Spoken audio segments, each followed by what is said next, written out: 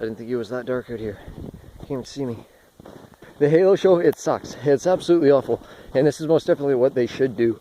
Wrong. If anyone else has a better idea, then absolutely they should do something. But if they're doing nothing, they got to do something. And this is barely it.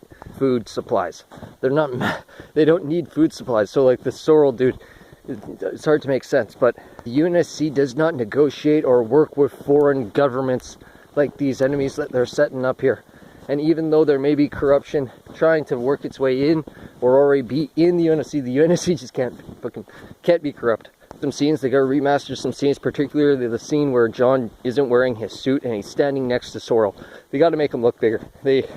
It's essential. Even if they can't remaster the whole season, they gotta do some points which mean something, so that when they remaster the second season, so that he's bigger, it matters. I mean, it means something where it matters. And by all means, you can make it out that Sorrel's huge too, but it's kind of beside the point. When Sorrel was 17, they easily should have made it so that he stopped getting all the augmentations to make himself bigger. The fact that they took away their memory makes it stupid and hard to work with the plot to some extent.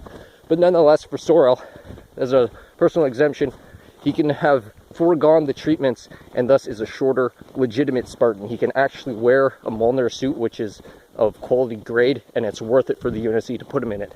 But he's not like a professional driver or anything like that because he quit. It can be reworked in a lot of different ways to make it better than that, supposedly. But the point, it's like Sorrel gave his armor away.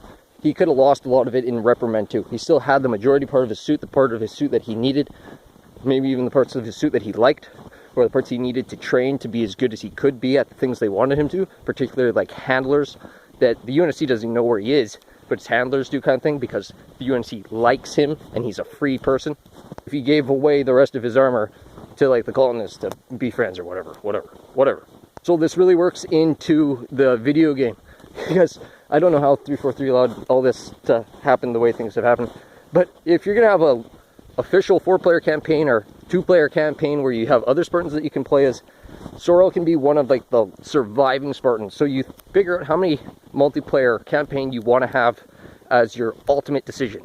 You could, in theory, dock on player to make it so it's Sorrel, so that whether you have 3 Spartans and just an extra player, or if you got 4 Spartans or 7 Spartans, however many you got, the last one that evens it out would be the guy that's shorter, even though it doesn't really have to matter for anything, just so you can see it. You don't have to do that. I'm just like talking about how we can work with this situation a little bit. Last player, he's not actually a Spartan 2 at all. He's not one of the surviving Spartan 2s for the official campaign storyline and narrative. But, so since he's weaker, he's got weaker armor, he's slower and all the what have you, he can operate the Wasp better, he can operate the Mongoose better, and he increases the maximum capacity of your Warthog based on a player base. So if you got like a damaged wheel, you can only have 7 guys, and he has to be one of those 7 guys, or it can be Sorrel by default, just because, but he can't drive that fast. It looks like a weak link, but he plays the exact same, except he's a slightly smaller target, and he's actually technically an extra driver.